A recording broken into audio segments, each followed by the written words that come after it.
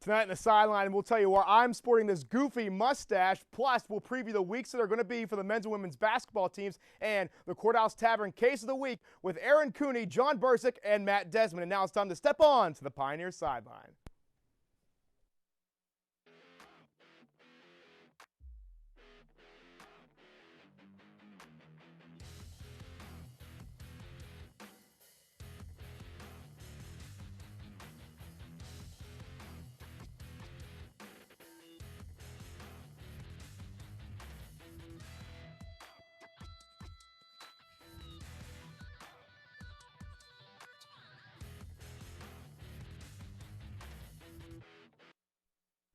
And welcome to the Pioneers Sideline. I'm your host, Josh Frketic. Episode number 83 coming at you right now. We are live in the University Center. It's been a huge week for the men's and women's basketball teams. We're going to start off with the women. They started all the way a week and a half ago since we've been delayed with all this snow. You weren't able to see the highlights against their Mount Vernon Nazarene game. We're going to start off there. The women, they're fighting for that 7th playoff spot. They're trying to gain position in the AMC. So let's start off early on there. You saw Coach Sam Kostanovich ready for this one. Amanda Himes there early on in the game. 4-2 early for the Pioneers, but Himes would have a big one. We'll see here a little bit later on. Jones, the miss off Roddy. Jones going to get it and put it right back. Pioneers lead 9-4 here.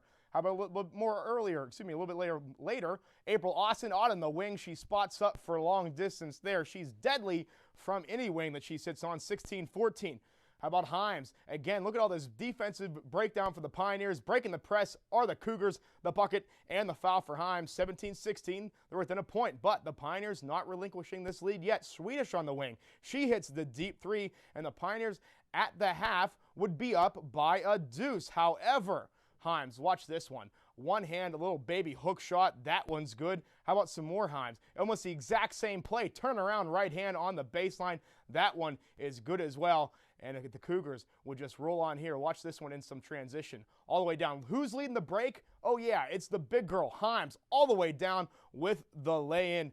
The Cougars would pull away in the second half. 66-52 is your final score. The Pioneers would drop to 11-11. Pioneers only shot 25% from the field in this one. We're going to bring in Kevin Calhoun, women's basketball analyst. Kevin, this one, it was a little bit, back in time, but the Pioneers weren't able to come up with a big road win. No, they weren't able to, Josh, and it was the young lady that you mentioned a lot in those highlights. Himes just destroyed the Pioneers on the inside. They had no answer for her. Just a very strong player on the inside. And the other key, Josh, you mentioned 25% from the field. They took 62 shots in this game and still couldn't come away with a victory, and that's not a good sign. That was a tough one for the ladies to lose on the road, but they came back home now, and they're trying to get on a win streak. Some games, some winnable games. You see the mustache. We're going to get to that in a little bit. They had a game against Houghton, a team that they beat on the road up in Houghton, New York. Would they be able to do it back at home? Let's take you to the highlights. Again, another big girl for Houghton, Ashley Dupler, who had a big first game against these two. Look at this one. Scoop shot on the inside. Up and good for Dupler. How about a little bit later on? More Dupler. Watch this great passing by Houghton on the block is Dupler. That one's good. They went out to a 9-0 run to start this one out. But the Pioneers, they would come back. They got a big girl of their own. Jocelyn Peterkin on the inside. 9-2. And watch this one. Great heads-up play here by Ashley Henderson. Head up the whole way. Sees Kristen Veselany. She's got a breakdown here. Marhefka cannot stop her. The bucket and the foul for Veselany. 9-5. Now Houghton still leads. Austin, she's going to drive to the inside. Nice little runner there off the glass and good. 18-17. Houghton still in the lead. Austin, how about this one? Watch this. Up and under. Scoop again off the glass. Up and good. 23-22. Houghton leads at half. And then Houghton again, just a little bit more later on. Look at this one. Dupler again. The Pioneer killer has been Ashley Dupler all season long. But late in the second half, it's the Pioneers.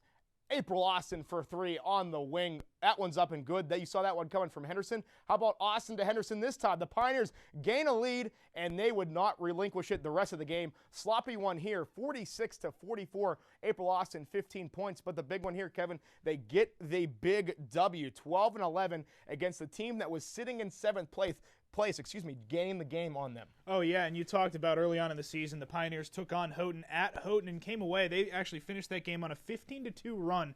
And in this basketball game, once again, Josh, the Pioneers shooting less than 30% from the field, getting less than 50 points.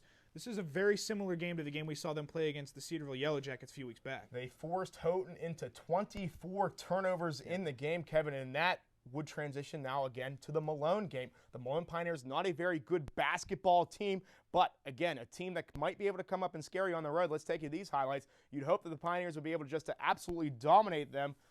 Early on, though, Malone, first bucket of the ball game, it's Darlin, 3-0, but that's where the fun stops for the Malone Pioneers. Brittany Wilson on the wing. She drains the three, and the Pioneers would rain down from the outside. How about Heather Swedish? She's always ready to shoot Jack. How about her from the corner? That one's up and good. Anything you could do, I think April Austin could do better on the wing. Another deep three. All these threes you see from Austin coming from the wing. How about Ashley Henderson stepping into one from the top of the key? That one's good.